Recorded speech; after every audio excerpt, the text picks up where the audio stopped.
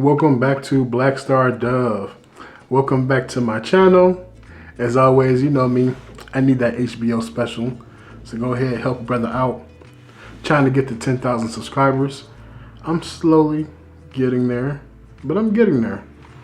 I think I made this video a while ago, but I'm just like, are you tired of the gender wars? Like, I'm just tired of it.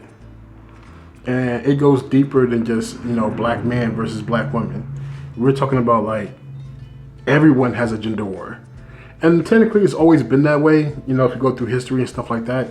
But I guess with the power of social media, it is so magnified, and everywhere you turn is something regarding a gender war.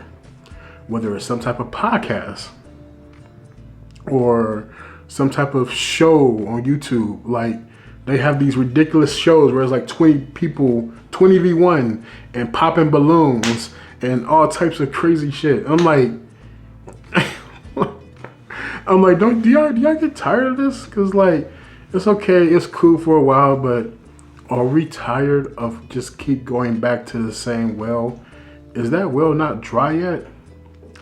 I guess I suppose not, cause they have tons of content. Obviously, it's very popular.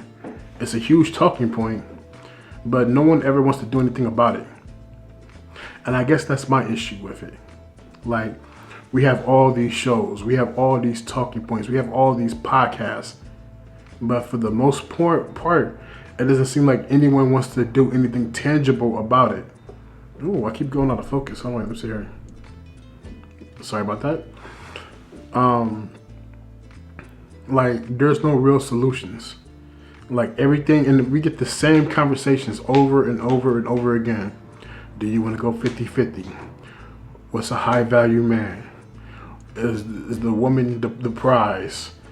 It's just like, we just don't know when to stop. Because it's like, it's the same talking points that's been for forever.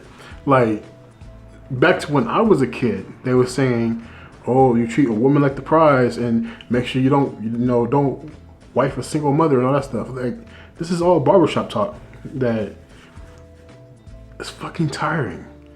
Like, my solution is this. Find someone who shares the same values as you.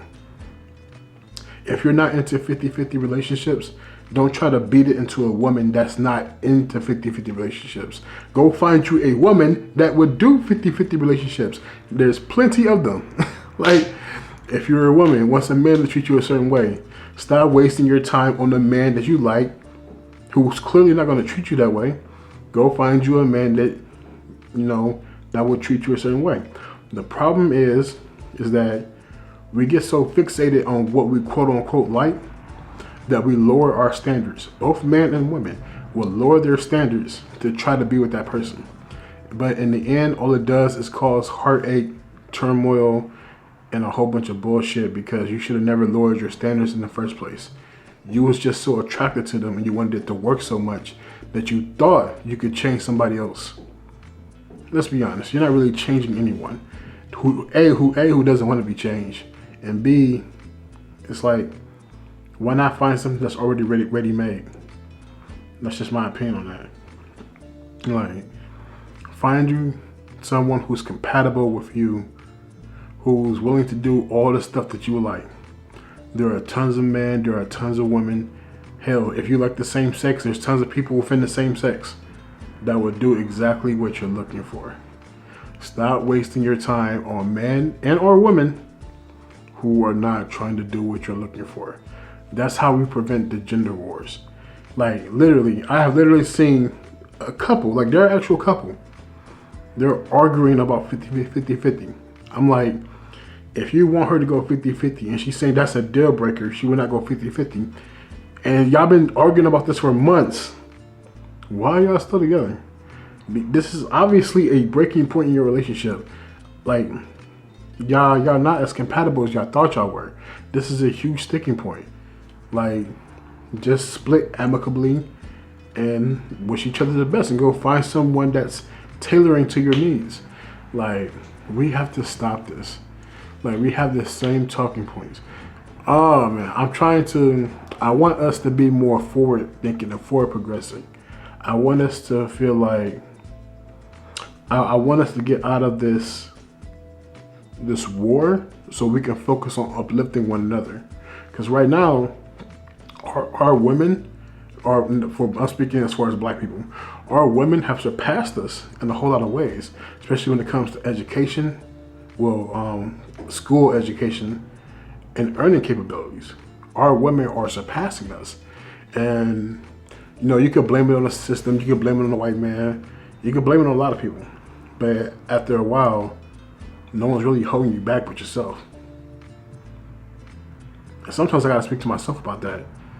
Because, there was a point in time where I thought I was just being held back. But the truth honestly was I was just holding myself back.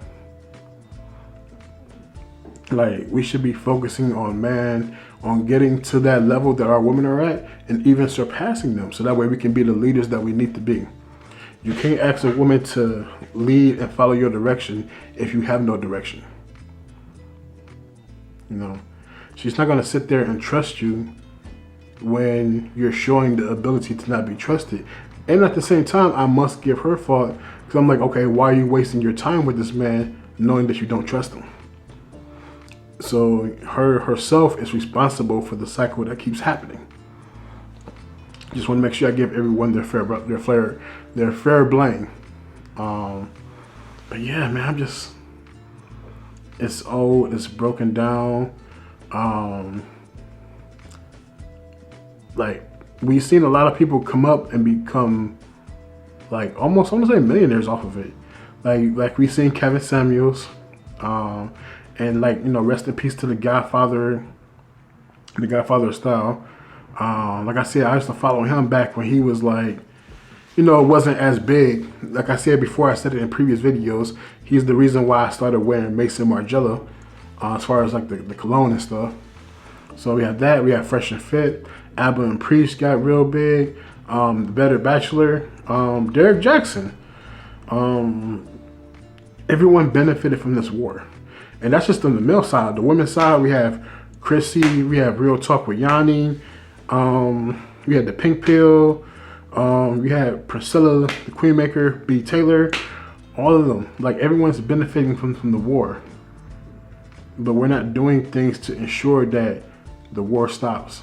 I know some people claim that they are, but we're all just feeding into the bullshit. And myself included, because sometimes I click on those videos, because sometimes I need to laugh. Sometimes I need to be entertained. And all that video is doing is adding to their watch time, adding to their viewer rate, and I'm putting money in their pocket. And that's letting them know, hey, that's the content that everyone wants to see because they're clicking on it. So I myself am complicit. But I'm going to try not to be as well. I'm going to try to not have these conversations. I'm going to try to be like, hey, go find you someone who's for you. I'll go find me someone who's for me. We don't have to be enemies. I'm just all about growth and development. And I want the same for my people. I want us to stop bickering about the same bullshit. I want us to help one another. I want us to look out for each other. I want us to love one another. Because at the end of the day, all we really got is ourselves.